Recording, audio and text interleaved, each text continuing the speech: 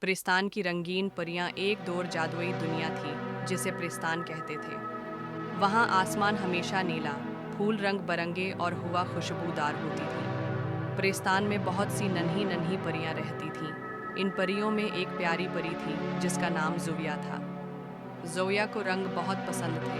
रंगों का मसीला एक दिन अचानक प्रिस्तान के सारे रंग मद्धम होने लगे।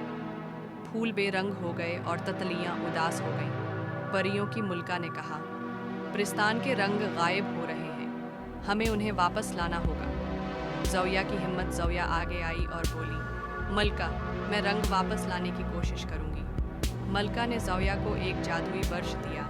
ये सिर्फ सच्चाई और मोहब्बत से काम करेगा। जादुई सफ़र ज़ोया उड़ी और रास्ते में जिस चीज़ को देखा, इस पर मोहब्बत से रंग भरती गई। उदास फूल खुलने लगे, खामोश परिंदे गाने लगे। रंगों की वापसी जब ज़ोया वापस प्रिस्तान पहुंची तो पूरा प्रिस्तान फिर से चमक उठा। आसमान नीला, फूल रंगीन और परियां खुश हो गईं। मलका ने मुस्कुराकर कहा, आज ज़ोया ने साबित किया कि मोहब्बत सबसे खूबसूरत रंग है।